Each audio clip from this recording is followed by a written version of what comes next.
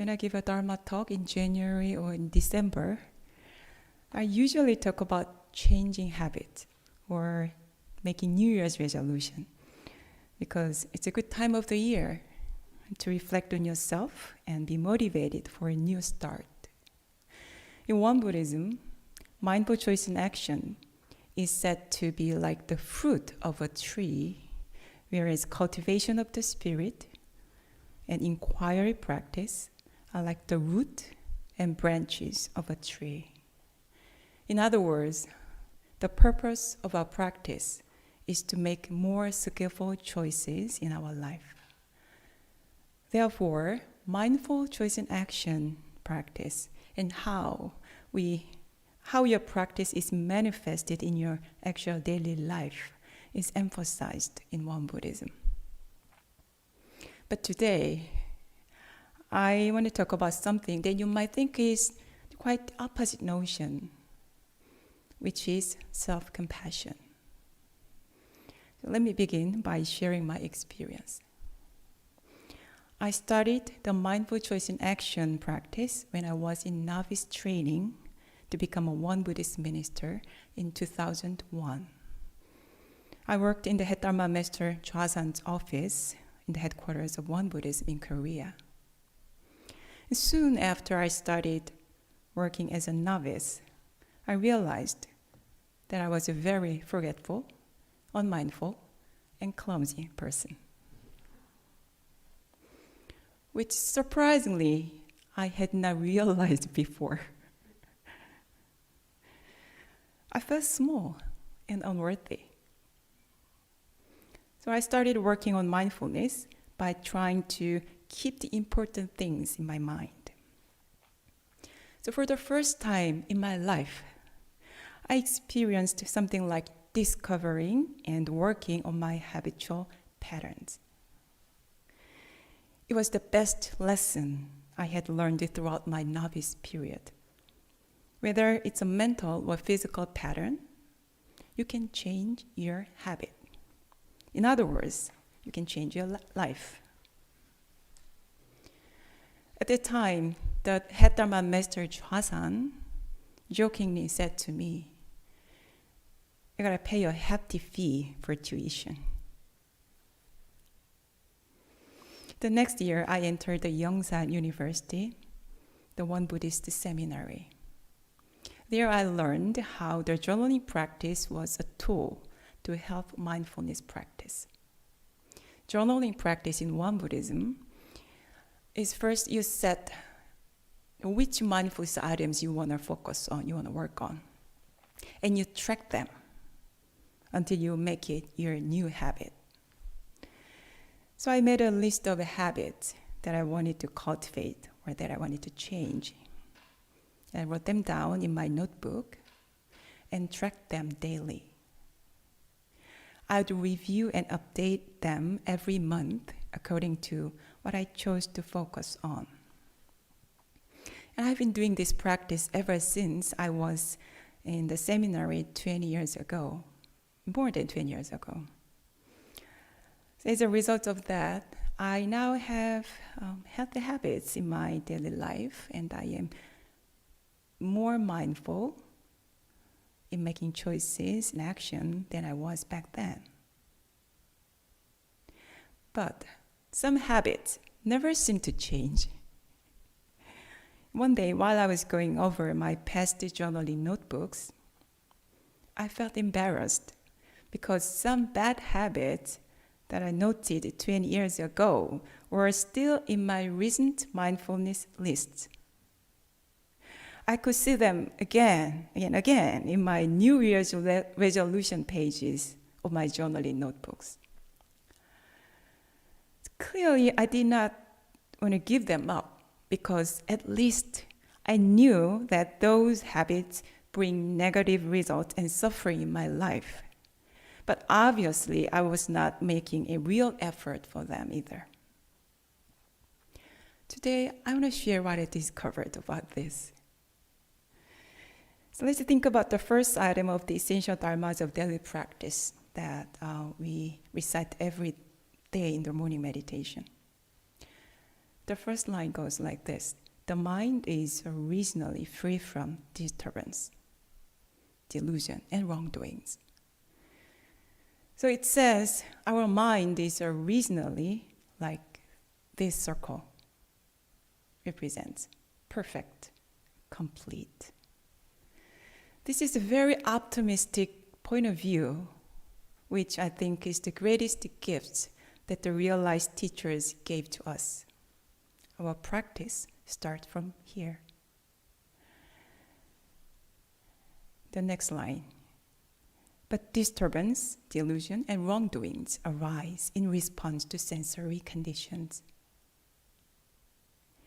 From the original state of our mind that is perfectly calm, bright, and alert, the different states of mind arise when our six sense organs, eye, ear, nose, tongue, body, and mind, when they experience their objects. This is because different likes and dislikes are embedded in our personal memories and past experiences. There is no judgment in this. It's just what happens in our human minds. The next line. Let us restore the equanimity, wisdom, and precepts of our mind by letting go of disturbances, delusions, and wrongdoings. Then how can you let go of them? The first and foremost step is to be aware that disturbance, delusion, and wrongdoings arise in our minds, and we must face them without judgment of any kind. We must be aware of the moment that they arise in our minds. To change your habit, we must confront the moment that you encounter these sensory triggers and notice your old pattern is about to arise. Then you are going to either win or lose. But I discovered that if it's something that is really difficult for me, I kept avoiding it. I desperately tried to run away from it. Because ironically, I was so afraid of losing the game.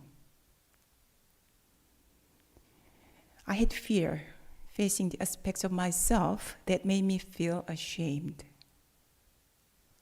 Therefore, I repeated the same old patterns again and again. You know what? There was nobody yelling at me or giving me a punishment. The one who treated me harshly was myself, not anyone else. The most popular New Year's resolution would be such things as exercise more, lose weight, save more money, get more organized, eat healthy, things like that. They are all great things that can make our lives a lot better. But consider for a moment where your New Year's resolution come from and how you treat yourself when you think about them. Do you hear the inner voice says, "What's wrong with you? How could you let yourself go like this? This is so typical of you. You are so lazy. You gotta be changed." Do you hear something like this?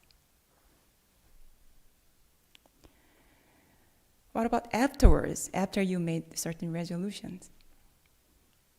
Researchers say that about 2/3 of people abandon their New Year's resolution within a month. Today is January 22nd. So if you are no longer practicing your New Year's resolution, you are not alone. When you find you have stopped making any effort for the resolutions you once made, and you are not being motivated any longer, how do you normally talk to yourself? I heard my inner voice says, you know you are going to lose this battle again. You're not going to make it. What a shame. You know, it's not that fun to see you lose a battle over and over, again and again. It's not fun. And as a result, with embarrassment and shame, I did not even want to look at the bad patterns in me anymore.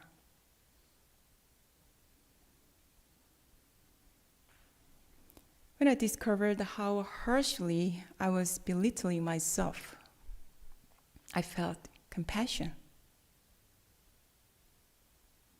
And it was at that moment I wanted to look at them and face myself, no matter whether I lose the battle or not. I was looking at myself with the eyes of a mother looking at a child, learning to stand on her feet and walk. I felt I was like that. The baby would fall down many times, but the mother does not beat up the baby because the baby keeps falling. She just watches her baby with care and love. She knows that the baby can stand on her feet eventually, no matter how many times the baby falls. So when we make a resolution to change ourselves, we need to first look at ourselves with the loving and caring eyes of a mother. Because being harsh to yourself, it doesn't help to change yourself. In her TED Talk from 2013, Dr. Neff explained why self-compassion works so well. Imagine that a child returned home from school upset, having received a failing grade in mathematics. A parent could respond with a harsh criticism, expressing disappointment, anger, or even shame. They could yell and question the intellect of the child. And for a short while, the child might study harder. But over time, the child could become depressed and quit mathematics altogether. Because the consequences of failing again are too stressful and scary. This is exactly what I have been doing to myself. I think we all can relate to this. Alternatively, a parent could respond to the child very differently with compassion. They could recognize the child's feeling of disappointment and help their child maintain a balanced perspective and be motivated to prepare for the next quiz. The difficulty is, when we talk about self-compassion, we should not confuse it with self-indulgence. There's a fine line. The compassionate response of a parent in this analogy did not involve turning a blind eye to the test grade. It involved creating a safe and nurturing environment where mistakes are okay for the child to confront. When practicing self-compassion, remember that a mother does not want her baby to be harmed. Our founding teacher, Sotae-san, used this analogy. If a parent sees their child injure his or her hand by grabbing the sharp edge of a knife and cry, any parent would take the knife from the baby's hand Do as a mom would do to her beloved child. Self-compassion does not mean that you always say everything is okay. If you are confused if it's a self-compassion or self-indulgence, you can ask these questions.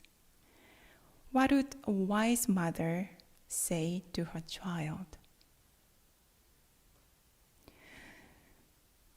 I think we are all sitting here on this Sunday morning because we all want to learn and grow and bring positive change in our life. And this is an interesting question that we all can reflect on. How do I actually learn best? How do I change? How do I grow? Is it through belittling myself and berating myself? Or is it through something else, some other quality like self-compassion? Since I started novice training, I have always questioned myself about what I do miss or what I lack in my practice or in my personality. But seeing that my practice was kind of stuck, meaning some habits seem never change, I realized that I now need to cultivate compassion towards myself. Because when we recognize the pain, the lack of skill in our action and speech with compassionate heart, we actually have the energy to move on. Where does the energy come from? It's from forgiving ourselves and realizing that it happened and that it was wrong. The courage comes from that acknowledgement. With that courage, you will be able to say, I'm going to go now in a different way because I'm capable of change. Compassion towards others, the sense of resourcefulness to care about anybody, come from this sense of inner abundance. So the factor of loving kindness for oneself is a tremendous source of strength and wherewithal within. I hope we continue this journey throughout this year. Thank you.